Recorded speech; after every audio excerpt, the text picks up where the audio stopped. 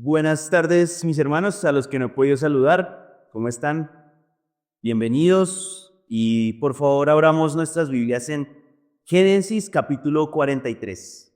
Génesis capítulo 43. Hemos estado estudiando acerca de la vida de José. Esta serie se ha titulado La imparable providencia de Dios en la vida de José. La imparable providencia de Dios en la vida de José. Y vamos hoy a continuar viendo qué podemos aprender de toda esta narración acerca de José, hoy desde el capítulo 43. Y los que les gusta anotar, la enseñanza de hoy se llama Una correcta visión del sufrimiento.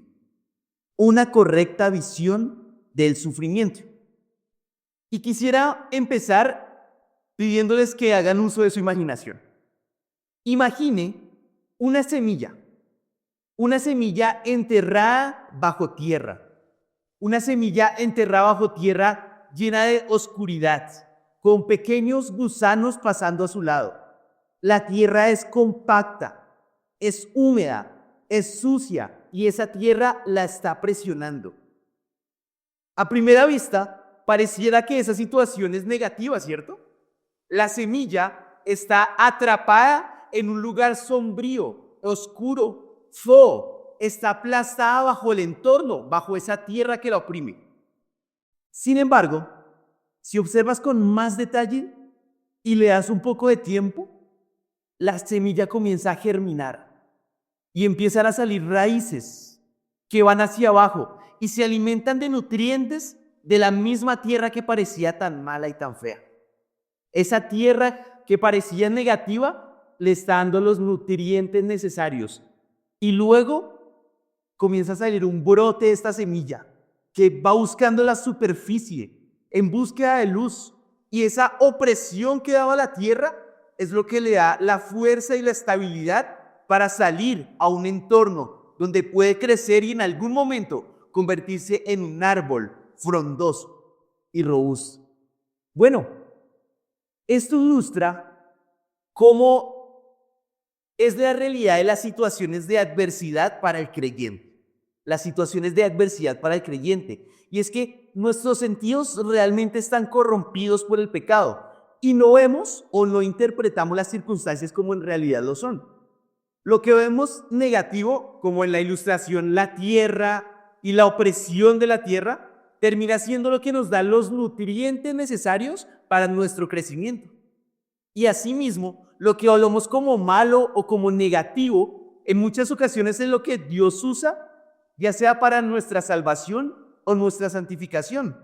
Por eso es que muchas veces cuando escuchamos a alguien contar su testimonio, son historias desgarradoras, ¿cierto? Tienen detalles llenos de tristeza, de dolor, de dificultades, pero ¿qué es lo que el Señor usó para darle la vida eterna a una persona? Probablemente, si le preguntáramos a Pablo qué tal fue para él quedar ciego durante días, pues no va a decir que fue una experiencia bonita. Tuvo que ser muy difícil, pero fue lo que Dios usó para darle la salvación, para cambiar su vida. O pongamos en ejemplo a Job, que aunque ya era creyente, también tuvo que pasar por extremas dificultades para poder tener una comprensión más clara de quién era su Dios. Esas dificultades le dieron los nutrientes necesarios para que él pudiera crecer. Y así son las dificultades también en nuestras vidas. Las vemos como si fuéramos una semilla entre la oscuridad, entre la opresión de la tierra, pero realmente es lo que Dios está usando para nutrirnos y hacernos crecer. Nosotros vislumbramos oscuridad donde realmente hay resplandor. Vislumbramos oscuridad donde realmente hay resplandor. Y esto es justo lo que la familia de Jacob está por experimentar. Recuerde que ellos están viviendo en una escasez extrema. El único lugar donde hay alimento es en Egipto. Ellos están en Canaán, donde hay mucha hambruna. Y en Egipto es donde está el alimento. Egipto está como a 3 semanas de viaje. Y ellos ya habían ido a Egipto, sin embargo, el administrador del alimento que había en Egipto los acusó de que ellos eran espías. los acusó de que ellos eran espías. Y por tal motivo, ya que ellos dijeron, no, nosotros no somos espías, bueno, para que ustedes prueben que lo que dicen es verdad, vayan a su tierra, traigan a su hermano menor que se llama Benjamín, vuelvan acá y si ustedes traen a Benjamín, yo podré afirmar que ustedes no son espías y les les daré alimento para que ustedes puedan llevar a Canaán y se puedan alimentar. Pero mientras eso sucedía, metió a uno de los hermanos a la cárcel. ¿Recuerda cuál? A Simeón, que es el tercer hijo. Perdón, el segundo hijo. Está primero Rubén y luego está Simeón. Lo mete a la cárcel. Así que si ellos volvían con Benjamín, él les daría alimento y les sacaría a su hermano que estaba encarcelado. ¿Cómo era la situación? ¿Cómo la podían vislumbrar? Había escasez. Uno de sus hermanos estaba preso. Ellos estaban acusados por el único que les podía salvar la vida de que ellos eran espías. Y también, si recuerda, cuando vuelven de Egipto y abren las bolsas, encuentran no solo alimentos, sino también dinero. El mismo dinero que llevaron para comprar el alimento, lo habían traído de vuelta. Entonces, ¿cuál era la explicación desde Egipto más fácil? Ustedes son ladrones. Si vinieron y no gastaron dinero para tener alimento, ellos estaban pensando, nos van a acusar de que no solo somos espías, sino también ladrones. La situación era sumamente sombría. Pero recuerde, esas situaciones es lo que le está dando los nutrientes para el crecimiento. Los nutrientes para el crecimiento. Y lo que hace posible el cambio de la oscuridad al resplandor, lo vemos en el versículo 14. Vea el versículo 14 del capítulo 43. Está Jacob, el padre de los jóvenes, hablando a Dios y pidiéndole misericordia. Que el Dios Todopoderoso les conceda misericordia delante de aquel hombre. Así que vemos la primera parte del pasaje. Vamos a ver cómo toda la situación es oscura, pero al final Jacob pide misericordia y en la segunda parte cómo ellos van a poder experimentar esa misericordia. Así que así vamos a dividir el pasaje el día de hoy. Veremos del versículo 1 al 15 la aparente oscuridad pidiendo misericordia, la aparente oscuridad pidiendo misericordia y el versículo 16 al 34 el verdadero resplandor, disfrutando de la misericordia. Hoy no vamos a leer primero el pasaje y luego explicarlo porque es bastante extenso, sino conforme lo leamos vamos explicándolo. Entonces, antes de entrar al texto, por favor, permítanme orar. Señor, tú conoces mi debilidad y tú conoces la debilidad de cada uno de los que está en esta tarde. Y en medio de nuestra debilidad, Señor, de nuestras flaquezas, de nuestra torpeza, rogamos, Padre, que nos permitas entender tu palabra y que sea tu Espíritu Santo obrando para hablar a nuestra vida. Buen Dios, sabemos que tu palabra es inspirada, es autoridad, es suficiente, es necesaria para nuestra vida. Y te ruego, Señor, que como lo hemos estado hablando, también este pasaje nos dé esos nutrientes que necesitamos para nuestro crecimiento. Por favor, trae salvación. Por favor, trae crecimiento por medio de la exposición de tu palabra. En el nombre de tu Hijo oro. Amén. Vamos a ver en el primer punto que dice la aparente oscuridad. La aparente oscuridad pidiendo misericordia. Vean conmigo Génesis 43, versículo 1. Dice: el hambre iba agravándose en la tierra. Paremos ahí. Si recuerda, lo último que estudiamos fue que Jacob, el padre, se encerró en el temor. No quería enviar a Benjamín a Egipto, a pesar de que la exigencia del hombre que administraba todo el alimento era que trajeran a Benjamín, pero él no quería llevar a Benjamín y por eso tiene temor. Parece que ya que tenía alimento, calculó y dijo, bueno, a lo mejor durante este tiempo la situación mejora, se acaba la escasez y pues no es necesario enviar a mi hijo allá a Egipto a que le pase algo malo. Sin embargo, Dios ya le había revelado a José, Jacob no lo sabía, pero ya le había revelado a José cuánto duraría la hambruna. Duraría 7 años. Y no solo eso, sino sería una hambruna muy severa.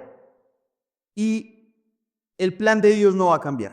El plan de Dios no va a cambiar. Así que aunque las expectativas de Jacob era que mejorara la situación, vean el versículo 1 nuevamente, el hambre, ¿qué pasó? Mejoró. Iba agravándose en la tierra. Continuemos, versículo 2. Y cuando acabaron de comer el grano que habían traído de Egipto, su padre les dijo, vuelvan allá y cómprenos un poco de alimento. Así que mientras ellos esperaban, las reservas de alimento se acabaron. Esto no significa que no tuvieran nada para comer, y compren comida. Si ve, Jacob quería el privilegio, tener alimento, pero no quería el sacrificio, el costo, que era enviar a Benjamín. Quería el privilegio, pero no quería asumir el costo. ¿Y sabe qué es lo terrible hasta aquí? La razón para ir a Egipto nunca fue Simeón.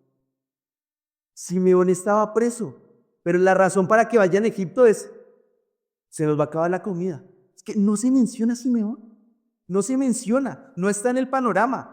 Ni siquiera les dice, vayan, compren alimento y vean cómo está su hermano. No, nada, vayan y vuelvan.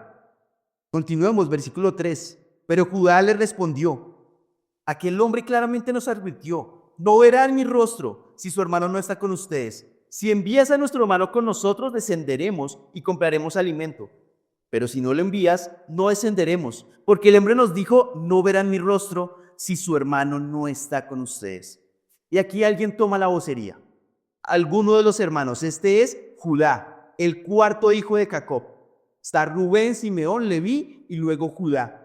Y lo que dice Judá es claro, no iremos si no vamos con Benjamín. No iremos si no vamos con Benjamín. Si su hermano menor, simplemente ellos no podían estar frente al trono, no podían estar frente a José. Vea el versículo 5, dice que ni siquiera iban a poder ver el rostro de aquel que iba a administrar la comida. Así que si no va Benjamín, Judá dice, no vamos. Ante esa respuesta, Jacob, el padre, vuelve a experimentar ese temor. Lo que hace es nuevamente enfocarse en sí mismo y decir cosas sin sentido, véalo. Versículo 6. Entonces Israel es Jacob, entonces Israel respondió, ¿por qué me han tratado tan mal informando al hombre que tenían un hermano más? Paremos ahí. Vean, el mayor tesoro de la vida de Jacob, que era Benjamín, está otra vez en peligro. Y por lo cual la visión de las cosas otra vez empieza a distorsionar.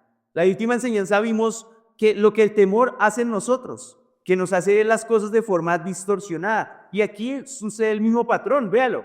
Se vuelve él la víctima de la situación. Jacob se vuelve la víctima de la situación y pone a sus hijos como si fueran enemigos suyos, que solo quieren hacerle daño. Vean nuevamente el versículo 3. ¿Por qué me han tratado tan mal informando al hombre que tenían un hermano más? Si ve, él es la víctima y sus hijos son culpables de su sufrimiento.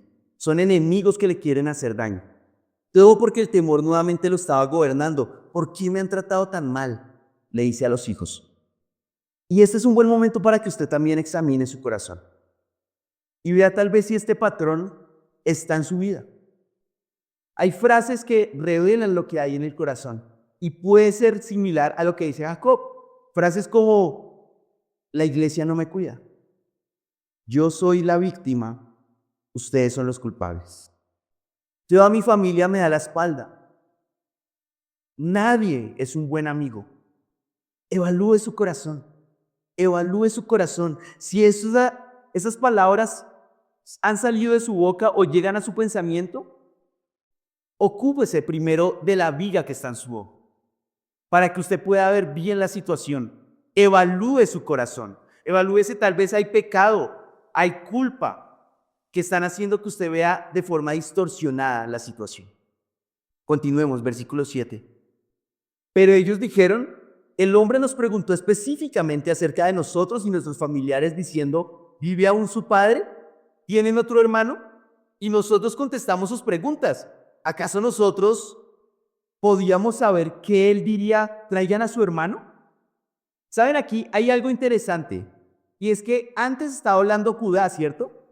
Pero vea cómo empieza este versículo. Dice, pero ellos le dijeron. Más adelante dice, nosotros contestamos sus preguntas. Es decir, parece que en esta cena estaban los demás hermanos, ¿y quiénes contestan? Todos, todos. Claro, Jacob los acusa, ¿y quiénes responden? ¿Quiénes se defienden? Todos, todos. Ya no solo Judá está hablando, sino todos. Pero ¿cómo nos echa la culpa? ¿Cómo nos echa la culpa? Colosenses 3:21 dice, padres, no exasperen a sus hijos para que no se desalienten. Y es lo que vemos, es lo que está sucediendo con Jacob y sus hijos. Jacob hace demandas injustas sobre sus hijos. Les dice, ¿ustedes por qué se pusieron a hablar de Benjamín? Cuando la razón de que ellos hablaran de Benjamín era para defender su inocencia. Era para que él les creyera que ellos no eran espías. Entonces, primero les hace demandas injustas y también los quería ver como culpables. Estaba diciéndole, hijos, ustedes son culpables. Casi que, hijos, ustedes son mis enemigos. Y claro, los hijos sentían como Jacob los acusaba y ahora su padre era alguien de quien debían defenderse. Y todos se paran y se defienden. Padres, no exasperen a sus hijos. No les hagas demandas injustas. No los hagas sentir culpables de tus desgracias. Haz que tus hijos sientan que tú estás a su favor, que estás en el mismo bando de ellos.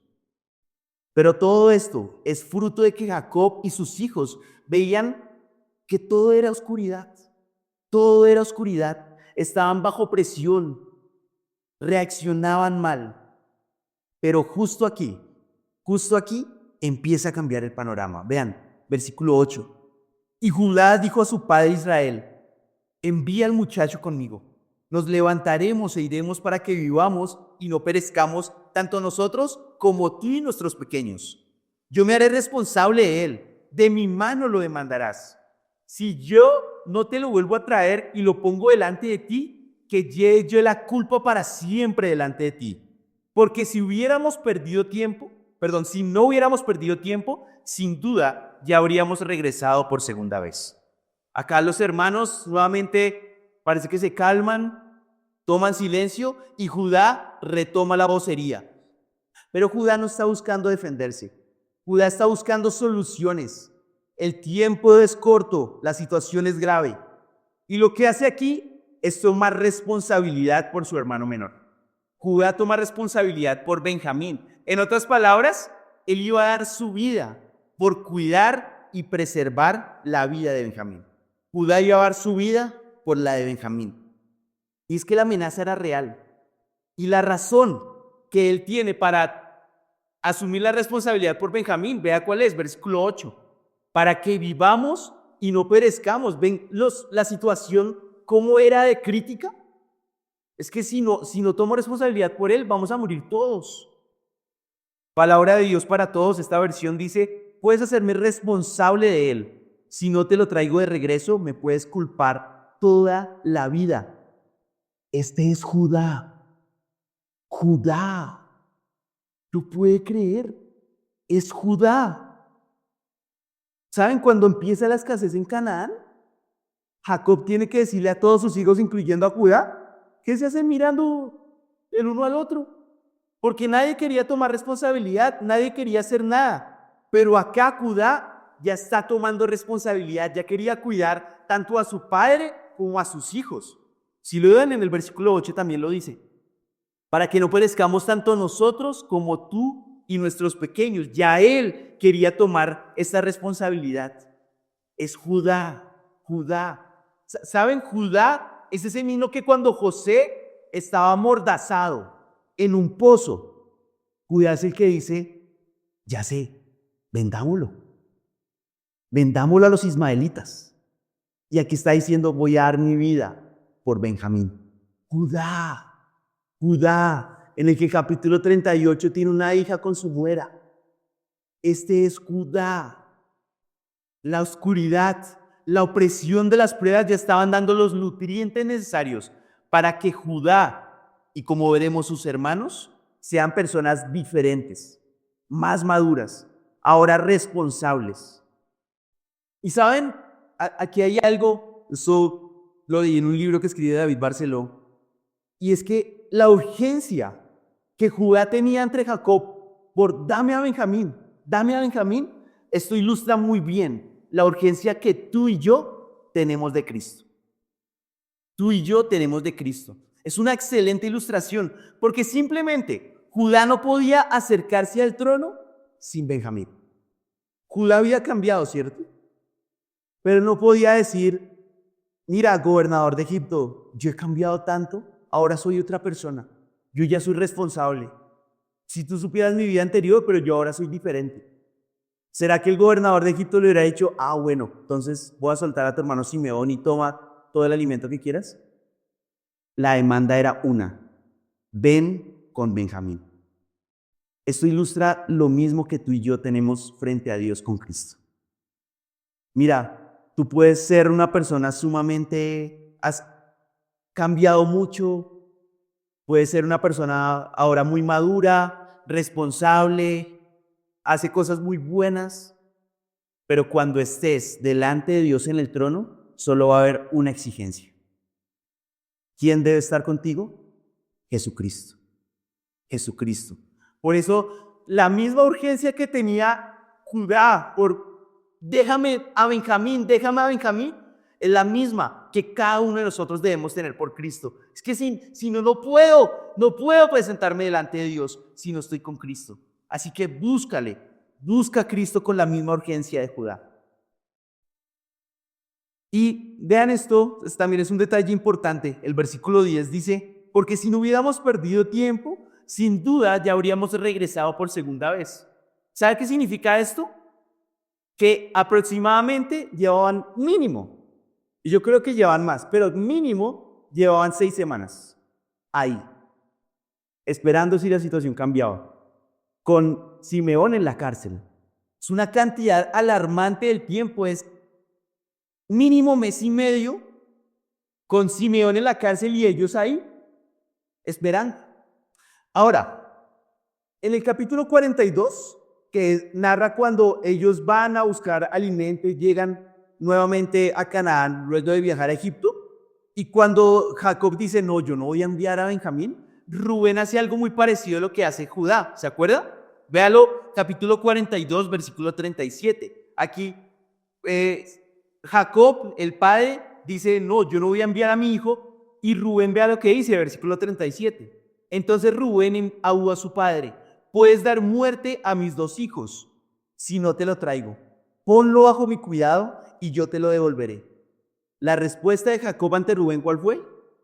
No puedes llevarte a Benjamín. Mientras que cuando lo hace Judá, ahí sí accede. ¿Por qué? ¿Por qué con Rubén, que era el mayor, no accede y con Judá sí lo hace? Bueno, hay al menos 3 razones. Primera, la situación era diferente, ¿cierto? Cuando Rubén vuelve lleno de comida. En este momento cuando lo hace Judá, ya no hay alimento. Entonces la urgencia es mayor. Sin embargo, creo que hay razones más profundas. Primero, vean la diferencia de la forma como asumen responsabilidad. Judá dice, yo cuidaré con mi vida a Benjamín. Rubén dice, mis 2 hijos darán su vida si le pasa algo a Benjamín. ¿Sí ves la diferencia? Yo pondré el pecho por Benjamín. Yo pongo a mis 2 hijos.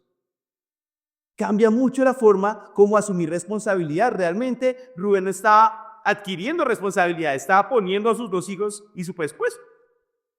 Pero también podemos inferir que Rubén ya había perdido la confianza de su padre. Rubén ya había perdido toda confianza de su padre. ¿Por qué lo digo? Porque en el capítulo 35, versículo 22, vemos cómo Rubén, el mayor, duerme con una de las concubinas de su padre Jacob. Duerme con una de las concubinas de su padre Jacob, y eso fue una mancha que nunca se quitó. Incluso en el capítulo 49, versículo 4, estando Jacob ya en el lecho de su muerte, Cuando ve a Rubén, le dice eso. Tú entraste en mi cama con una de mis concubinas. Fue una mancha que nunca se quitó, así que Rubén ya no tenía confianza delante de su padre Jacob.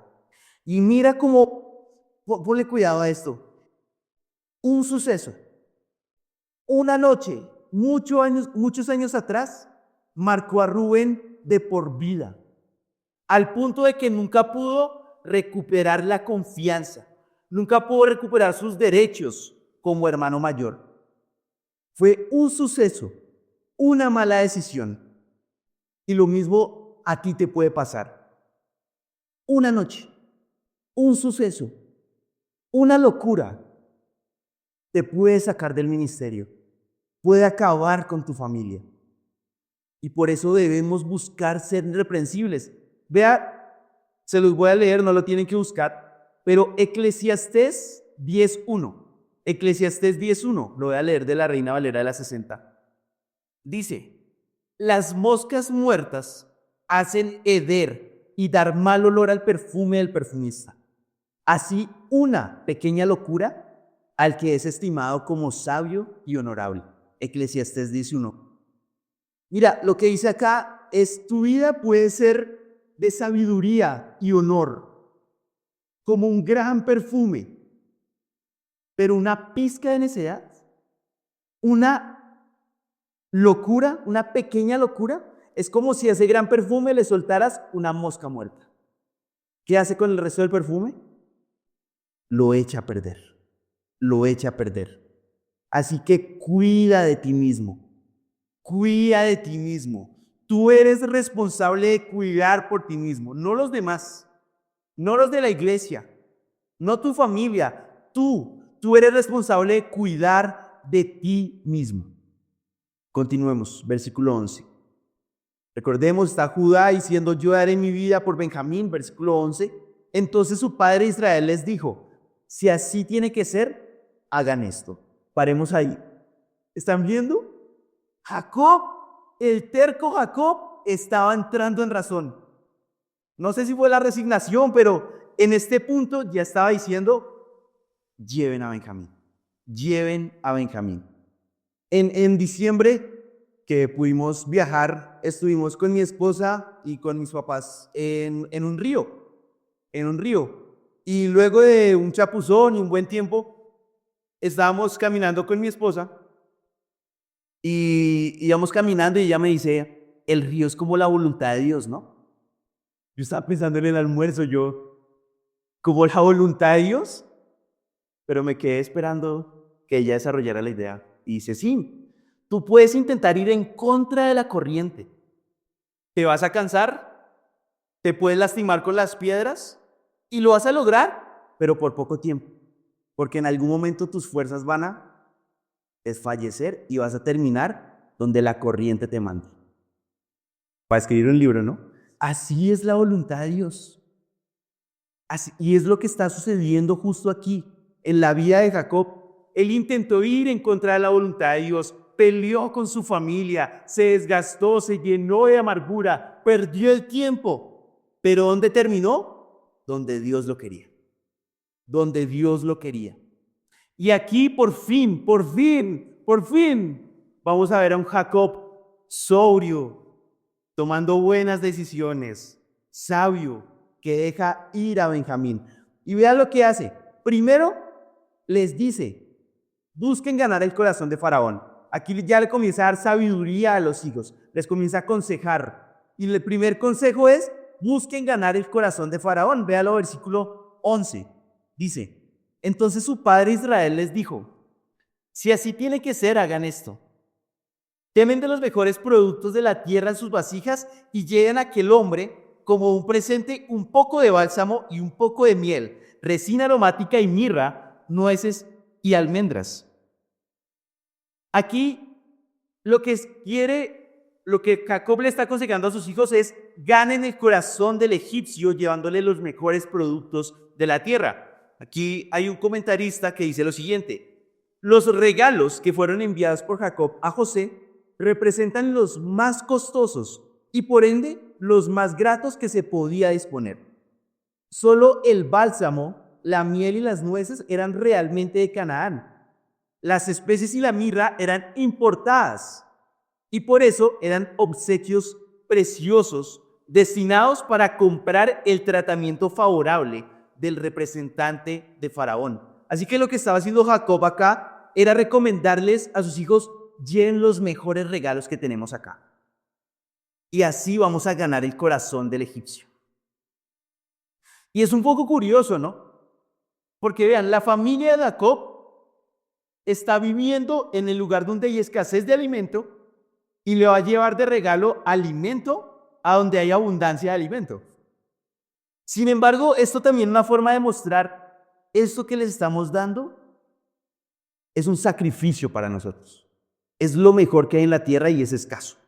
Es escaso. Ahora, ¿por qué Jacob le estaba recomendando esto? Bueno, pues porque Jacob usó esa misma estrategia siendo más joven cuando se iba a encontrar con Esaú. ¿Lo recuerda? Eso lo vemos en Génesis 32 y Génesis 33. La relación entre Esaú, que era el hermano de Jacob, estaban rotas. Habían pasado años sin verse y luego por fin se iban a ver. Pero Esaú venía a su encuentro con 400 hombres. Con 400 hombres. La última vez que había visto Jacob a Esaú lo quería matar. Y ahora venía a él con 400 hombres. ¿Qué hace Jacob?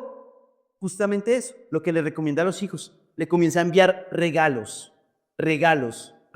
Y cuando se encuentra con él, se postra 7 veces delante de él y le da más regalos. ¿Cuál fue la respuesta de Esaú? Ganó el favor delante de Jacob. Lo trató bien. Le dio su favor. Así que, bajo su experiencia pasada, le está diciendo: bueno, si vamos a ganar el corazón de los egipcios, hagan esto, porque yo lo viví. Segunda sugerencia que le da a los hijos, véanlo. El segundo consejo sabio es: lleven recursos suficientes. Lleven recursos suficientes. Véanlo, versículos 12 y 13. Y tomen el doble de cantidad de dinero en su mano y lleven de nuevo en su mano el dinero que les fue devuelto en la boca de sus costales. Tal vez fue un error. Tomen también a su hermano, levántense y vuelvan a aquel hombre. Aquí les recomiende: lleven todo lo necesario. En primer lugar, lleven el dinero que se les fue devuelto. Si los tratan de ladrones, digan: no, mira, aquí está el dinero. También lleven dinero extra, tanto para comprar el alimento como para lo que haga falta. Y lo más importante, lleven a Benjamín. Lleven a Benjamín. Y vemos que Jacob, luego de actuar y hablar de forma tan terca, tan arrogante y tan egoísta, por fin les está dando sabiduría a sus hijos. Les está dando consejos muy sabios. Y saben, aquí hay una importante aplicación. Les voy a leer Proverbios capítulo 4, versículo 1. Proverbios 4:1, que dice: oigan, hijos, la instrucción de un padre y presten atención para que ganen entendimiento. Oigan, hijos, la instrucción de un padre y presten atención para que ganen entendimiento. Los padres son un regalo para nosotros los hijos, para instruirnos en sabiduría. Proverbios dice que la necedad está ligada al corazón del muchacho y los padres son dados justo para eso, para quitar de nuestra necedad y darnos sabiduría. Será provechoso escuchar a tu padre, será muy provechoso, y a tu madre por implicación. Y mira, aun si son incrédulos, son soberanamente puestos por el Señor en tu vida con un propósito. Obviamente, tienes que filtrar sus palabras con lo que dicen las Escrituras, ¿no? Hasta los que tenemos el privilegio de tener familia creyente, también tenemos que filtrar sus comentarios con lo que dice la Escritura. Por ejemplo, esta semana escuché un ex comentarista deportivo diciendo: hay 2 cosas que no vuelvo a hacer en la vida: trabajar y casarme. Pues si escuchamos algo así, no será tan fácil decir: esto es necedad. Pero también debemos escuchar, como dice Salomón: escucha las palabras de un padre. Y especialmente los que son o somos jóvenes, creemos que no las sabemos todas. Estoy escuchando recientemente bastante a un predicador que llama Alejandro Pelufo y él dice, los jóvenes creen que son cracks, que son campeones, pero no es así. La necesidad está ligada a nuestro corazón y necesitamos escuchar. Joven, escucha a tu padre y a tu madre. Escúchalos. Es un regalo para tu vida. Son personas que han vivido más tiempo que tú, que han cometido errores y han aprendido de esos errores, como fue el caso de Jacob. Cometió un error con Esaú, aprendió de ese error y ahora le está guiando en sabiduría. También han cometido aciertos y tú puedes aprender de ellos. Jacob aprendió de lo que sucedió con Esaú y los hijos ahora podían aprender de Jacob. Así que, joven, escucha a tus padres, involúcralo en tus decisiones. Y sí, aún si son incrédulos. Igual tú, si eres mayor, si ya no vives con tus padres, pero los tienes, siguen siendo un regalo. Escúchalos, que pueden impartir sabiduría a tu vida. Jacob aquí no solo entró en razón y comenzó a instruir a sus hijos, sino que también volvió a depender del Señor. Por fin, volvió a depender del Señor. Aquí Jacob recordó que el desenlace no dependía de otra cosa, sino de la misericordia del Señor. Véanlo, versículo 14. Que el Dios Todopoderoso les conceda misericordia ante aquel hombre para que ponga en libertad a su otro hermano y a Benjamín. En cuanto a mí, si he de ser privado de mis hijos, que así sea. Aquí Jacob nuevamente entra en razón. Recuerda que el corazón de ese hombre de Egipto no se escapaba del control del Señor. Así que todas las circunstancias en últimas, ¿de quién dependían? De Dios. Vean lo que Jacob no dice, ojalá ese hombre los trate bien. No, él sabía que dependía del Señor. De hecho, John Piper comenta este pasaje y dice, Jacob oraba que Dios pusiera en el corazón de Faraón la firme resolución de tratar a sus hijos con misericordia. Jacob, este anciano, recuerda que Dios trata los corazones y está en control de ellos. Años más tarde, Salomón diría, el corazón del rey es como un arroyo dirigido por el Señor, quien lo guía a donde quiere. Y así que lo que está diciendo acá es, mira, la libertad de Simeón, y sí, por fin, ¿sí lo notaron? Vean el versículo 14, nuevamente se recuerda de Simeón. Ojalá, no dice, que el Dios Todopoderoso les conceda misericordia ante aquel hombre para que ponga en libertad a su otro hermano. Bueno, no le llamo por su nombre, pero se acuerda de él. Lo que está haciendo aquí Jacob es recordar que la libertad de Simeón, ¿de quién dependía? De Dios. El bienestar de Benjamín dependía de Dios. Si iba a tener malos resultados, dependía de Dios.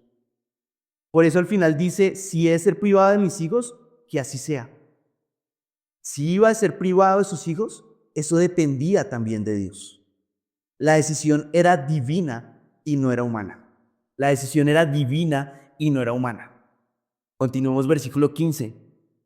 Tomaron pues los hombres este presente, doble cantidad de dinero en su mano, y a Benjamín. Se levantaron y descendieron a Egipto y se presentaron delante de José. Y allá van los hijos de Jacob con el joven Benjamín. ¿Se imagina cómo fue ese viaje? Yo solo me imagino en silencio, sudor en las manos, miradas nerviosas, corazones palpitando rápidamente. No era para menos. Iban a ir con Benjamín, Judá, toda su vida está dependiendo de ese momento.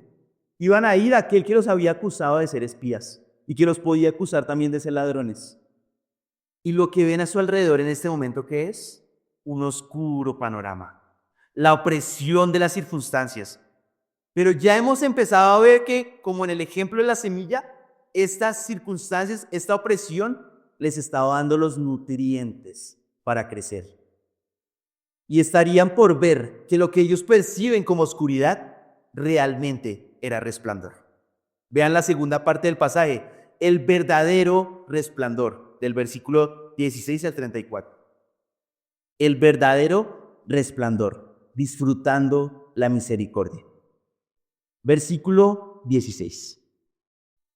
Cuando José vio a Benjamín con ellos, dijo al mayordomo de su casa: haz entrar a estos hombres a casa y mata un animal y prepáralo, porque estos hombres comerán conmigo al mediodía. El hombre hizo como José le dijo y llevó a los hombres a casa de José. Aquí la atención, como si pudiéramos tener una cámara, la cámara vuelve a José, a José. Él está desde su lugar de autoridad y ve de lejos a sus hermanos.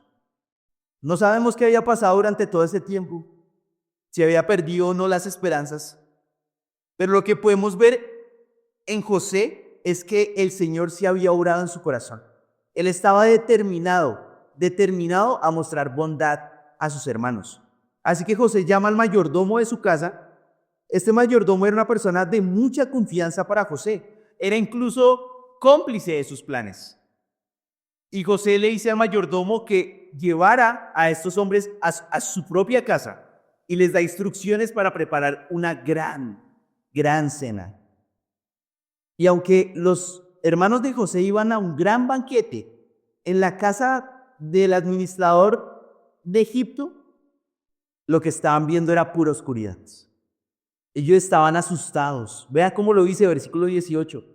Ellos tenían miedo porque eran llevados a casa de José. Imagínense, iban a una comida, pero ellos tenían miedo porque eran llevados a casa de José. Y dijeron: por causa del dinero que fue devuelto en nuestros costales la primera vez, hemos sido traídos aquí para tener pretexto contra nosotros y caer sobre nosotros y tomarnos por esclavos con nuestros asnos. Iban a un gran banquete. ¿Y cómo iban? Temblando del susto. El terror había gobernado su corazón. Vieron las circunstancias y no las interpretaron bien. Están angustiados por cosas que solo sucedieron en su cabeza. Solo sucedieron en su cabeza. Porque ¿cuál era la razón de su temor? Ellos pensaron que todo era un plan para tomarlos por esclavos. Ellos pensaron: claro, nos van a llevar allá y nos van a tomar por esclavos. Podemos imaginarlos caminando a la casa de José. Y ellos, recuerden que hablaban en hebreo, es decir, nadie más les entendía. Entonces podían hablar en voz alta y: vea, nos van a llevar a la casa. Uy, no, nos van a tomar por esclavos. No, vea, vamos con nuestros asnos, también van a tomar nuestros animales. No, ¿por qué nos pasa esto? Por lo del dinero. Claro, pero nosotros somos inocentes, yo sé, pero ¿cómo nos defendemos? Todo esto sucediendo, pero todo era un plan que estaba pasando en sus cabezas. Nada de lo que pensaban era real. ¿Y saben qué es irónico acá? Ellos estaban sufriendo porque pensaban que iban a ser esclavos en una tierra que no conocían. Ellos estaban sufriendo producto de su imaginación lo que José sufrió en realidad. Pero parecía que los hermanos estaban más asustados que el mismo José, que sí le tocó ser esclavo en Egipto. Es irónico. Ellos olvidaron lo que su padre les dijo. Toda la situación, ¿de quién depende? De Dios, de su misericordia. Así que ellos buscaron resolver ese problema con sus propias manos, como pudieran. Así que van donde el mayordomo. Vean, versículo 19. Entonces se acercaron al mayordomo de la casa de José y le hablaron a la entrada de la casa y dijeron: oh Señor mío, ciertamente descendimos la primera vez para comprar alimentos, y cuando llegamos a la posada abrimos nuestros costales y el dinero de cada uno estaba en la boca de su costal, todo nuestro dinero. Así que lo hemos vuelto a traer en nuestra mano. También hemos traído otro dinero en nuestra mano para comprar alimentos. No sabemos quién puso nuestro dinero en nuestros costales. Lo que están haciendo es explicarle al mayordomo: somos inocentes. Imagínenselo ahí, con sus ojos bien abiertos, viendo a ver cómo iba a reaccionar el mayordomo. Él era egipcio. Como veremos más adelante, los egipcios odiaban y repudiaban a los hebreos. ¿Cómo nos va a responder este señor? Versículo 23. El mayordomo les dijo: no se preocupen, no teman.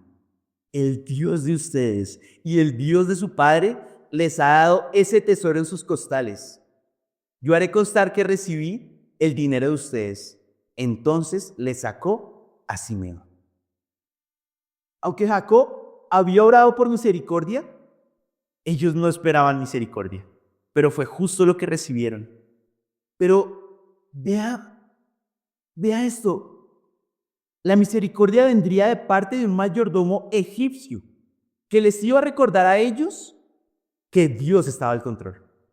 Vean, versículo 18 dice, ellos tenían miedo. ¿Y qué les dice en el versículo 23 el mayordomo? No se preocupen, no teman. ¿Cuál es la razón? Su Dios está al control de todo. O sea, casi que, ¿cómo así? ¿Quién debe ser el experto del control de Dios? Debían ser los hebreos, no el egipcio. Pero un egipcio pagano, ¿cómo es posible que un egipcio pagano pudiera haber interpretado esta situación de una forma tan teocéntrica? ¿Cómo? Y aquí solo podemos ver la influencia de José en la vida de este mayordomo.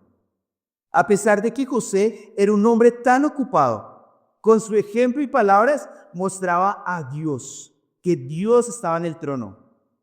De hecho, parece que también José le hablaba al mayordomo de su familia, porque vean el versículo 23, dice, el Dios de su padre sabía de la fe de Jacob y aprovechaba a José las charlas que tenía con el mayordomo para hablar del poder divino. Es que piénselo, el mayordomo lo está diciendo, sí, yo fui el que les puse el dinero ahí, que hubiera sido verdad. Tampoco les dice, no, fue mi amo, él fue el que dijo que yo pusiera el dinero. Él está detrás de todo esto, que también era verdad, pero no, la interpretación que él dio a la situación, ¿cuál fue? El Dios de ustedes lo hizo. El Dios de ustedes lo hizo. Él era consciente que la causa final no era ni él ni el mismo amo, era el Dios de los hebreos. El mayordomo les estaba enseñando de providencia divina a los que debían ser expertos en ella. Los elegidos del Señor estaban aprendiendo de teología práctica del que era o el que venía de un pueblo pagano.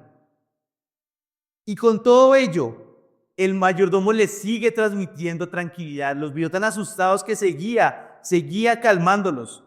Tanto que les dice, ¿saben qué? Aunque yo sé lo que pasó, tranquilos, yo haré contar que recibí el dinero de ustedes. Es decir, si José me pregunta, ustedes me devolvieron el dinero. No se preocupen por eso. Y aparte, les devuelve a Simeón. Por fin, me gustaría algún día hablar con Simeón y decirle qué pensó en ese tiempo. Versículo 24. Después el hombre llevó a los hombres a casa de José y les dio agua y se lavaron los pies. También les dio forraje a sus asnos. Entonces prepararon el presente para la venida de José al mediodía, pues habían oído que iban a comer allí. Recuerde que ellos creían que iban allá para ser esclavos, que iban a tener tareas como lavar pies, como cuidar animales, pero lo que ellos pensaron que iban a sufrir, lo estaban experimentando como beneficio para ellos. Misericordia, misericordia. Ellos creían que iban a lavar pies y les lavaron los pies. Creían que iban a cuidar animales, sus animales fueron cuidados. Misericordia, misericordia. ¿Será que ya podrían disfrutar de la misericordia de Dios? No, aún ellos seguían viendo oscuridad a su alrededor. Por eso, versículo 26, cuando José regresó a casa, ellos le trajeron a la casa el presente que traían en su mano y se postraron ante él en tierra. Y aquí, ya, no podían hacer más. Lo que estaba en sus manos ya lo hicieron. El consejo de su padre ya lo ejecutaron. ¿Qué más podían hacer? Esperar. Esperar la reacción de José, del administrador de Egipto. ¿Y cuál es la reacción? Versículo 27. Entonces él le preguntó, ¿cómo se encontraban? Y añadió, ¿cómo está su anciano? El padre de quien me hablaron, ¿vive todavía? José, ¿cómo les habla? Con tranquilidad. Hasta les pregunta por su bienestar, ¿ustedes cómo están? Les pregunta por su padre. Ahora, poniéndoles en los zapatos de José, tenía urgencia, quería saber cómo estaba su padre. ¿Y cómo estaba? Versículo 28. Su siervo, nuestro padre, está bien, todavía vive, contestaron. Y ellos se inclinaron en reverencia. Para la tranquilidad de José, se entera que su padre No solo tiene vida todavía, sino que estaba bien, tenía salud. Y vuelve a suceder. ¿Qué hacen los hermanos? Se vuelven a inclinar ante él. ¿Recuerdan ese sueño? Génesis 37, José solo tiene 17 años y sueña cómo sus hermanos se postrarían ante él. Y esta es ya la tercera vez que sucede. La tercera vez que sucede. La primera fue en el capítulo 43, versículo 26, y en este capítulo, en el versículo 26, y en este, el 28, ellos se postran ante José, lo que había soñado cuando tenía 17 años. Y esto nos recuerda que la providencia de Dios es imparable. Es imparable. No hay nada que la pueda detener. José ya se entera de que su padre está bien, pero faltaba alguien. Otra persona a quien quería saber, su hermano, Benjamín, el menor. Versículo 29. Al alzar José sus ojos y ver a su hermano Benjamín, hijo de su madre, les preguntó, ¿es este su hermano menor de quien me hablaron? Y dijo, Dios te imparta su favor, hijo mío. José se apresuró a salir, pues se sintió profundamente conmovido a causa de su hermano y buscó donde llorar. Entró a su aposento y lloró allí.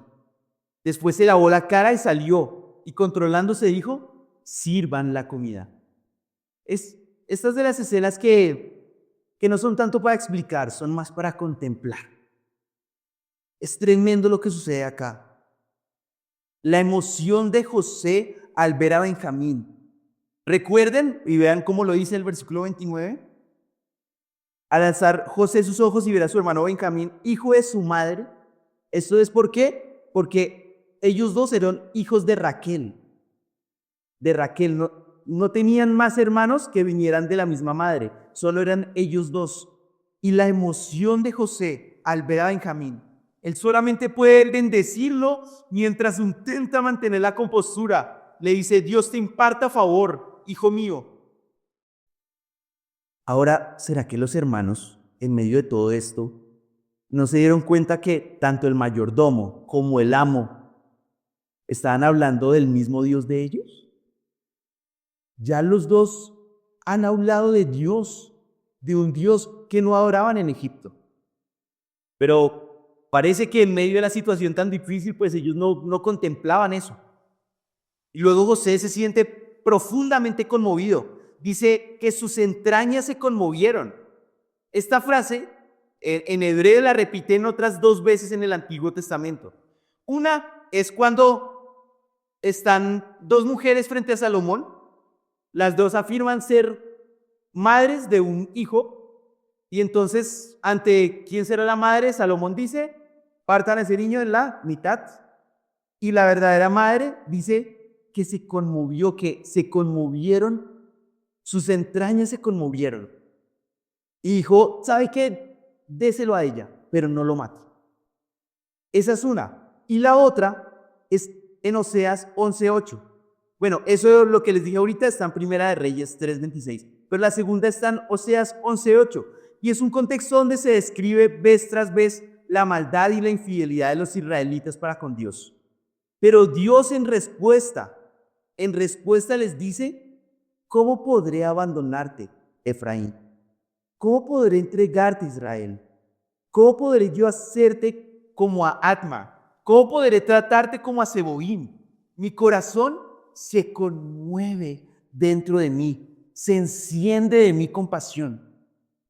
Y vean, lo que quiero decir con esto es que la compasión que sintió José en este momento, lo que estaba sintiendo es comparable con lo que siente una madre al ver a su hijo a punto de morir, o lo que siente Dios por su amada Israel.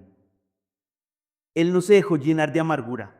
Estaba frente a quienes le habían hecho tanto daño, pero no se dedicó a vengarse, se dedicó a amar y amar hasta las entrañas. Eso es un verdadero perdón. El versículo 31 muestra cómo luego de llorar a solas, se recompone y da la orden de que empiece el gran banquete. Versículo 32. Le sirvieron a José en un lado, a los hermanos en otro lado, y a los egipcios que comían con él también le sirvieron aparte. Porque los egipcios no podían comer con los hebreos. ¿Sí ve que los egipcios odian a los hebreos? pues esto es abominación para los egipcios. Empieza la gran velada y hay 3 sectores. Primero está el gobernador en su puesto de honor. Luego en una mesa están todos los egipcios y en la última mesa están los hebreos. Esto es porque Egipto era una sociedad muy racista, tal vez la más racista del mundo en esa época. Ellos creían que los egipcios venían de los dioses y por lo tanto los demás pueblos eran de orígenes menores. Nosotros venimos de los dioses. Los hebreos no nos podemos sentar con ellos porque son apartados. Este es un detalle importante, al menos por 2 razones. Primero, porque explica por qué los israelitas pudieron estar 400 años en Egipto y no mezclarse con los egipcios. Cuando llega la época de Moisés, ya los israelitas han pasado 400 años en Egipto, pero nunca se juntaron los hebreos con los egipcios. ¿Por qué? Porque los egipcios los rechazaban. Y por eso nunca se juntaron. Y ahí se ve también el poder de Dios, cómo aún usa eso para bien. Y el segundo detalle, porque esto es importante, es porque es paradójico. Porque, ¿saben? Ese rechazo que sintieron en este momento los hebreos iba a ser años después uno de los mayores pecados que iban a cometer esos mismos hebreos. Porque en la época de Jesús, los fariseos, ¿cómo se creían? Somos el pueblo escogido de Dios, por lo cual los gentiles, ¿cómo son? Inferiores. Lo mismo que los egipcios estaban pensando, nosotros venimos de los dioses, ustedes son inferiores. Asimismo ellos años después, generaciones después, decían, nosotros somos el pueblo de Dios y los gentiles son inferiores. Al punto que en Gálatas 2 vemos como el mismo Pedro no se sentó a la mesa con los gentiles. No se sentaba a la mesa con los gentiles, tal cual como está sucediendo en este momento. Y creo que aquí vemos algo, un patrón, y es que los pecados con que pecan con nosotros, los pecados que nos hacen daño, son los que muchas veces nos vemos tentados a replicar. Me tratan mal en el trabajo, llego a la casa y ¿cómo trata a la familia? Mal. Alguien tiene un padre muy exigente y cuando esa persona tiene su familia, también es exigente. Me tratan rudo, entonces yo trato rudo. Guardémonos de ello. Versículo 33. Lo sentaron delante de él, el primogénito conforme a su derecho de primogenitura, y el más joven conforme a su edad. Y ellos se miraban unos a otros con asombro. Hay un comentarista que se llama Henry Morris, y quiero leerles lo que él dice. Dice, si esto hubiera sido mera coincidencia, fue ciertamente algo maravilloso, porque se puede mostrar fácilmente que no hay menos de 39.917.000 órdenes diferentes en que se pueden sentar 11 personas. Evidentemente, este hombre sabía de su familia mucho más de lo que ellos creían o tenía algún poder sobrenatural. Lo único que podían hacer era maravillarse. Y eso es lo que estaban haciendo. Estaban atónitos. Para esa hora, ellos ya pensaban que iban a tener cadenas, que ya iban a ser obligados a la servidumbre. Pero estaban por disfrutar un banquete, la misericordia de Dios. Versículo 34. Él les llevó porciones de su propia mesa, pero la porción de Benjamín era 5 veces mayor que la de cualquiera de ellos. Bebieron pues y se alegraron con él. En este momento, el miedo que ellos sintieron en el versículo 18 ya se había desvanecido por la misericordia de Dios y la gracia de José para con ellos. El amor echa fuera todo temor. Así que, en medio de lo que ellos veían como oscuridad, ya pueden ver ese bello resplandor. Las personas creían que él los iba a tomar como esclavos, pero ¿qué está haciendo en vez de eso? Él mismo, José mismo, está sirviendo personalmente las porciones de la comida en su mesa. José mismo, personalmente. Y eso es algo precioso porque es lo que Dios promete. ¿Qué va a pasar con todo aquel que vele esperando su llegada, la llegada de Jesucristo? Lucas 12:37. Lucas 12:37 dice lo siguiente. Dichosos aquellos siervos a quienes el Señor al venir halle velando. En verdad les digo, hablando de Jesús, que se ceñirá para servir y los sentará a la mesa y acercándose les servirá. José, de forma limitada, está mostrando lo que Dios, lo que Jesucristo, de forma perfecta, hará con todos aquellos que velen. Quien debe estar sirviendo, está siendo servido. ¿Y quien debe tener personas que le sirvan? ¿Qué está haciendo? Sirviendo a los que no lo merecen. Y ahí están ellos, disfrutando de ese gran banquete, teniendo al administrador, a la persona más importante posiblemente de todo el mundo, llevándoles personalmente comida a su mesa. Recuerden que esta es una escasez mundial. Posiblemente estaban en la mesa con más comida del mundo. ¿Y a Benjamín cómo se le sirve? 5 veces más que a todos. 5 veces más que a todos. No creo que fuera porque estaba flaco. O sea, finalmente también era el favorito de Jacob. Pero en primer lugar, era para mostrar un cariño especial. Recuerde que José tenía un cariño especial hacia su hermano Benjamín. Eran el único hermano de su misma madre. Y yo coincido que cuando uno le sirven comida, uno se siente amado. Pues así quería hacer sentirlo especial. Pero también era una prueba. Era una prueba. ¿Cómo reaccionarían los hermanos ante ver que el plato de Benjamín tenía 5 veces más que el de ellos? Porque cuando José los vio por última vez, eso hubiera sido una causa de problemas. De problemas. ¿Cuál fue la buena noticia? Vean el versículo 34 al final. ¿Cómo reaccionaron ante eso los hermanos? Bebieron pues y se alegraron con él. Y así acaba un capítulo donde ellos veían oscuridad, donde realmente había resplandor. Ellos veían oscuridad donde realmente había resplandor. Y saben, su sufrimiento resultó siendo beneficioso al menos en 3 formas. Primera forma, ese sufrimiento fue bueno para ellos. Ese sufrimiento fue bueno para ellos. ¿Por qué? Primero, Jacob salió de su pecado y volvió a mirar a Dios y a clamar a Él y a recordar que Él está al control. Judá pasó de ser alguien que participaba en el maltrato de sus hermanos a ser quien cuidaría y se haría responsable del menor de ellos. Los hermanos pasaron de tener una comida. ¿Se recuerda cuando José lo pusieron en el pozo, ya iban a venderlo? Los hermanos se sientan y comen. Pues los hermanos pasaron de tener una comida mientras José está amordazado a tener una comida cuidando a su hermano en el palacio del gobernador de Egipto, en el palacio del mismo José. La última comida que compartieron con José, él estaba amordazado y ahora José les estaba sirviendo a la mesa. Pasaron de ser celosos, egoístas, a poder disfrutar del momento. Así uno de sus hermanos tuviera 5 veces más comida que el resto. Años atrás hubiera sido para problemas, pero aquí ya podían ver eso y aún así disfrutar, no sentir celos. Pasaron de sentir que iban a ser esclavizados, a alegrarse en la mesa de quien creían que los iba a esclavizar y ser servidos de forma personal por esa persona. Entonces, en primer lugar, ese sufrimiento resultó siendo bueno para ellos. En segundo lugar, también resultó ser bueno para otros, ¿Quién salió beneficiado de todo esto? El mayordomo de José.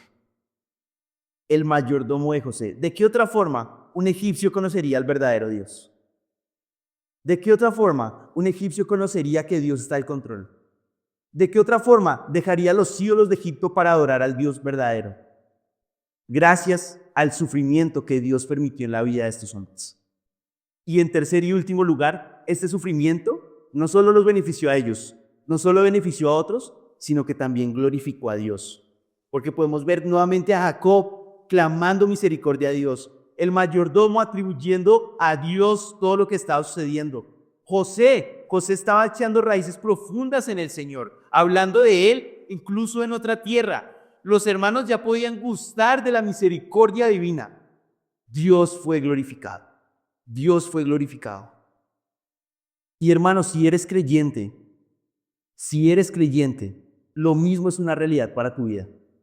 La oscuridad y la opresión que en momentos de nuestra vida nos va a rodear es solo el medio que Dios usa para nutrirnos y para darnos lo necesario para nuestro crecimiento.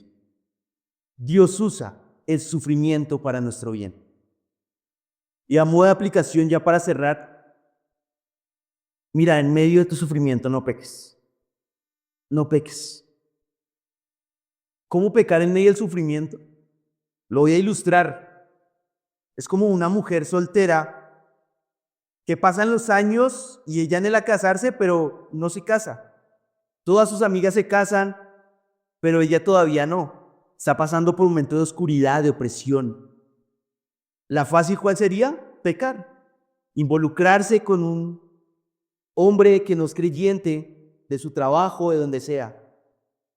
O una temporada de mucho estrés en tu trabajo, lo que te lleva a tratar mal a tu familia o a pasar tiempo escapando del estrés en situaciones como entretenimiento, como alcohol. Están haciendo burlas de ti, hablando mal de ti a tus espaldas, creando chismes. No peques queriéndote vengar. No peques queriéndote vengar. Esa situación, esa oscuridad, deja que el Señor dé los nutrientes, que Él dé el fruto. Que tu deseo por agradar al Señor sea mayor que contestar pecaminosamente. Y tu descanso de la justicia provenga de que Dios lo hará. Dios hará justicia. Así que no peques. Espera en Dios. Espera en Dios. Él tiene buenos propósitos con nuestro sufrimiento. Es un sufrimiento puesto en tu vida sabiamente por un Dios totalmente sabio. Está diseñado para tu bien. Confía en su misericordia. Confía que será para tu beneficio y beneficio de los demás y para la gloria del Señor. Y Padre, al hablar de estos temas nos sentimos frágiles, nos sentimos débiles, porque nuestra vista es tan limitada de las cosas. Pero te ruego, Señor, que nos ayudes a pensar a la luz de la eternidad, para poder ver los sufrimientos del tiempo presente, no como algo para que nos quite el gozo, la paz y el fruto de tu espíritu, sino que podamos ver los sufrimientos presentes como algo que dará fruto eterno. Y gracias, Señor, por lo que nos has diseñado. Por favor, obra en nuestros corazones y que esta palabra siga dando fruto en esta semana y el resto de nuestra vida. En el nombre de tu Hijo oramos. Amén.